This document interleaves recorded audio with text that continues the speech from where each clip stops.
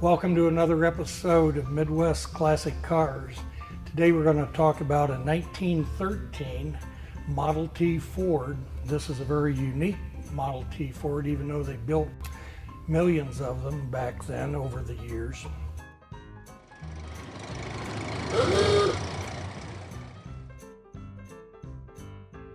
This one in 1913 or shortly thereafter was converted to a race car. This has the original stock engine on a Model T was 177 cubic inches, 22 horsepower.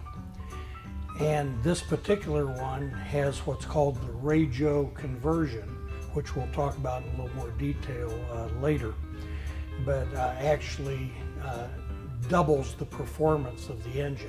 I can't find any statistics to document what it will actually do in torque and horsepower, but the RAJO conversion, that company boasted that it was would double the performance of the car.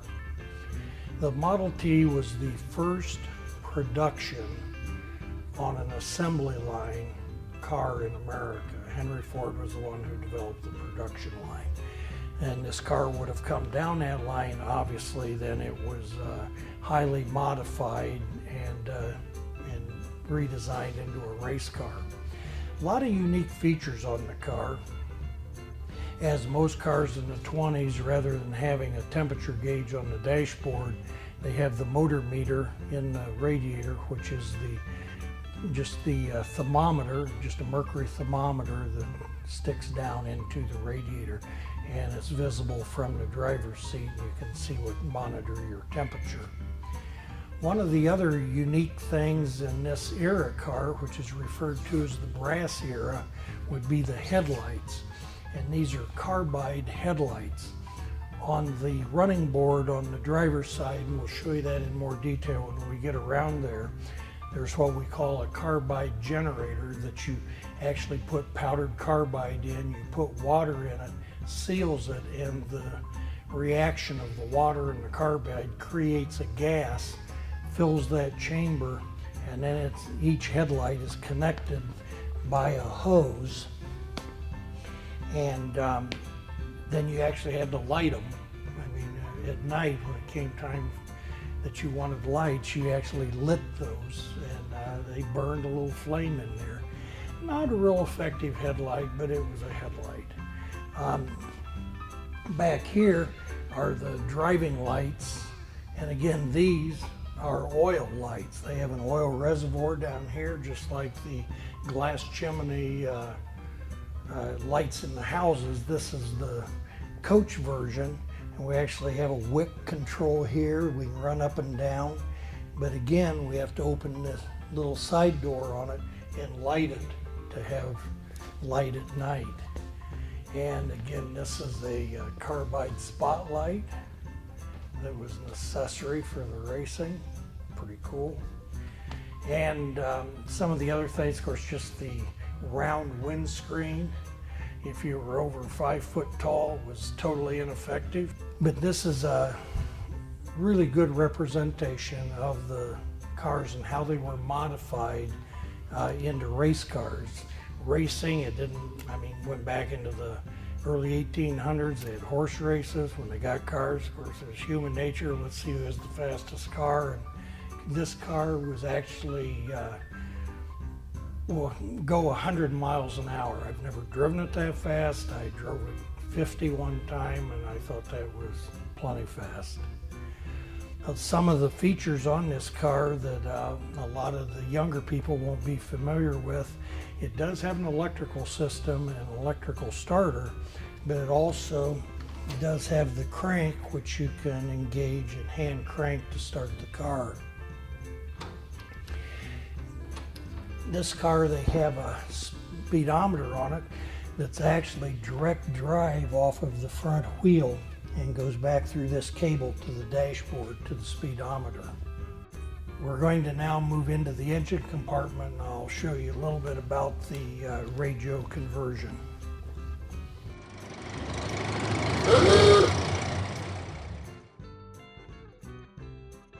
Now we have the hood raised on the RAJO racer, and so a lot of you wouldn't know what RAJO stands for. In 1911, there was a race car driver named Joe Jagersberger, I can hardly say it. And in 1911, he was involved in an accident and actually required the amputation of one of his legs, which ended his racing career. So he went back to Racine, Wisconsin, where he lived, and he went back to work for J.I. Case, who was based in Racine in the engineering department, which was where he worked prior to his racing. And he only stayed there a short while, and he went out on his own, and he started a company called Racine Motor Manufacturing Company. And he abbreviated, and he took the RA from Racine and the JO from his name, and it became RAJO, and he did engine conversions for race purposes. But basically, from right here up is what RAJO did. They made, rather than having the flat head like the original Model A was, they made an overhead valve head. And this has 4 valves per cylinder. We have the intake on this side, the exhaust is on the other side. And because of the Model Ts did not have an oil pump or an oiling system, they relied strictly on splash. On the bottom of each connecting rod, there were little scoopers that when the crank came around, it picked oil out of the pan and just flipped it every place. And so there was no oil pressure or any way to lubricate the overhead valves. So what they did, if you look right here, we have 4 separate oil reservoirs, one for each of the cylinders. And then the valve springs and rocker shafts are, of course, under this valve cover. And over each cylinder, the 4 valves and rockers, there's a felt pad that's about this thick. And it just lays in there and moves up and down with the valves. And then the oil drips out of these 4 and soaks the felt, and that's what lubricates the top end of this engine. It has no connection lubrication-wise to the balance of the engine. See, another part of the RAJO conversion, they went with a Winfield racing carburetor, and this was the Winfield Manufacturing Company in California. And this carburetor was designed strictly for racing, and this was back in 1913. And it has 3 adjustments on it compared to most just have a high speed and an idle. This has high speed, idle, and a mid-range, and it is has to be tuned as 3 separate carburetors to make it work. The other thing that's unique, rather than the butterfly that's in most carburetors, which is just a piece of flat brass, this has a piece that looks like the cross-section of a wing on an airplane, which creates an airfoil. And as the air comes in, it goes over the top of the airfoil and creates a pressure drop on one side and high pressure on the other side. And then your high speed and mid speed jets are there, so they get 2 different airflows. Probably doesn't make sense to most of it, but it really is a unique design for something in 1913. And then, of course, the original Model Ts did have a small distributor on the front of the engine, and it was just a series of contacts, rotary contacts on the end of the camshaft. And when they did the RAJO conversion, they also did more of a traditional distributor type ignition.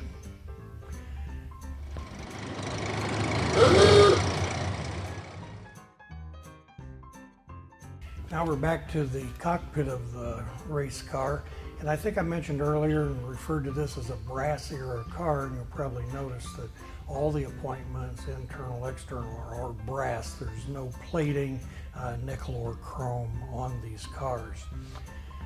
Now, some of the unique features of a Model T, and most of the things I'm going to go through now would be true on both a stock Model T as well as the race car. And when there's differences, I'll point them out. The only instruments this car has is the motor meter, or the in the radiator cap, and then the speedometer, which I pointed to earlier on the pickup on the front wheel, and then coming up with the mechanical drive. Now, on all Model Ts, this is the ignition switch. You pull the door to engage it in magneto or battery. Normally we start the cars in the battery mode because we get a spark immediately, and if we do it in the magneto mode, it actually has to wait till the car gets a few RPM to develop the spark. It has an interesting key. You just take it out, and all that is a piece of brass which makes an electrical contact, so when we pull it out, it no longer has the contact. This car has, on the steering wheel, we have our distributor advance, and here's our throttle, and this is the only throttle. On a Model T, you have 3 pedals on the floor, none of which are a gas pedal. We have the brake pedal, we have reverse, and we have forward.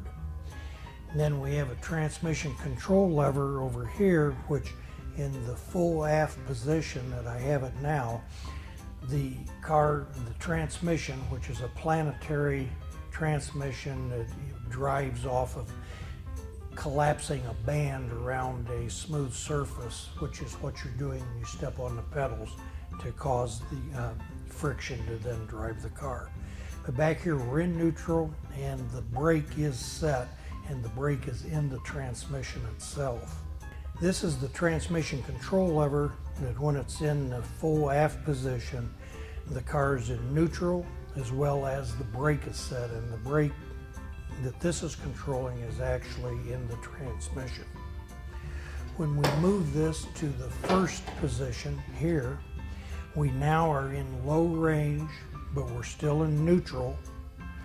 And what we do is give it a little bit of gas, then we step on either the forward or the reverse pedal. And these both work like dead man clutches. So if we step on it, the car goes forward, we let up, it stops. If we step on this pedal, when it goes forward, we back up. When we let up, it stops. Or quits driving, and we actually then would step on this brake to stop the car. If we're going forward, we get up to about usually close to between 18-20 miles an hour. And like I say, this works as a dead man clutch, so we've got it pushed all the way in, we've accelerated, and we want to go faster, so we reach over and we push this lever all the way forward. That puts us in high range, and now this pedal works as a standard clutch pedal. So we let off on it, and now we're going in high gear and control the speed with this lever.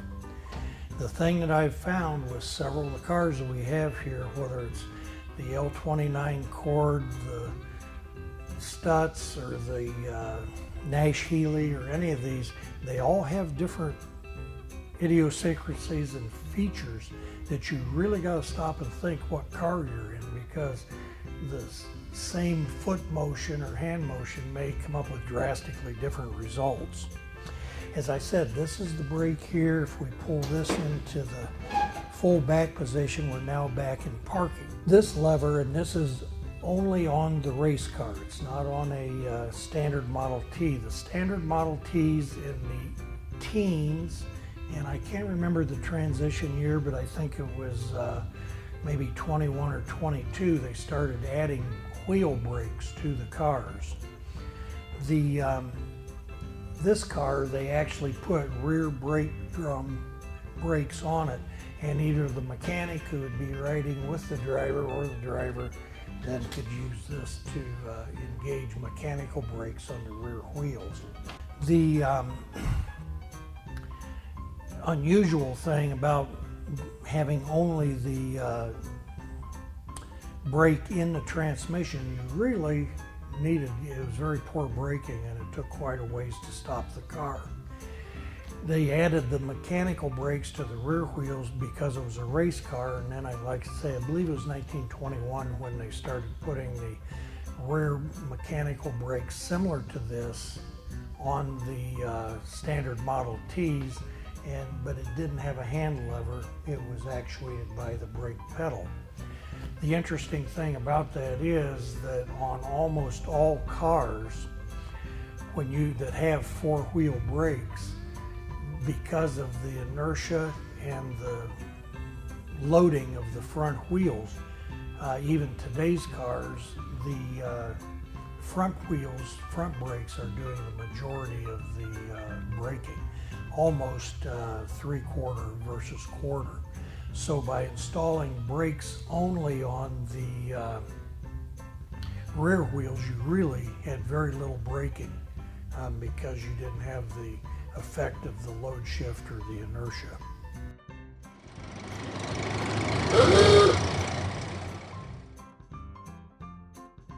Now we're around to the back side of the RAJO Racer. Obviously this is the gas tank. It's around a 20-gallon tank.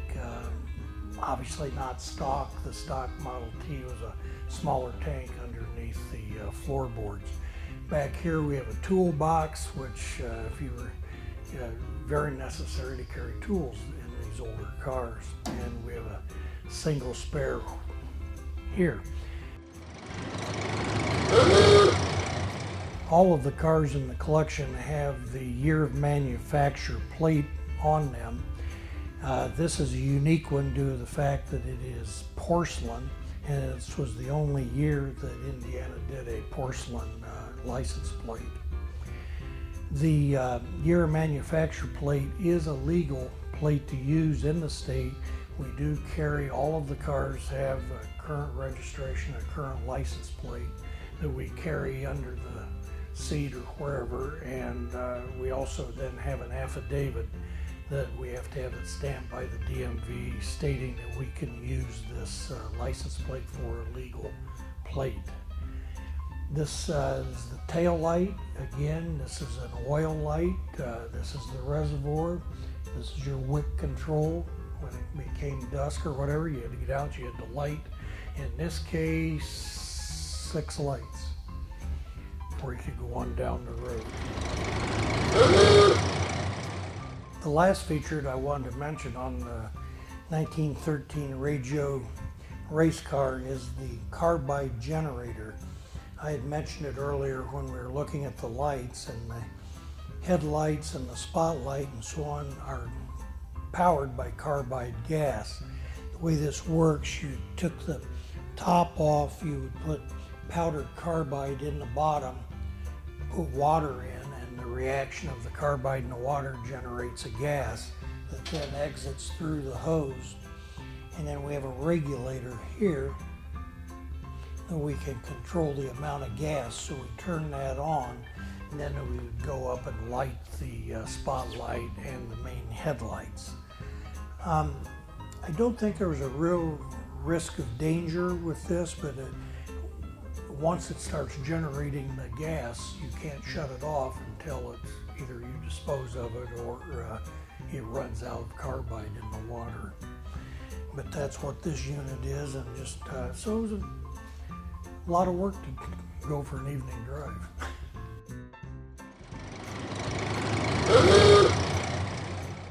This concludes another episode of Midwest Classic Cars. We hope you enjoyed the tour around the 1913 RAJO Racer.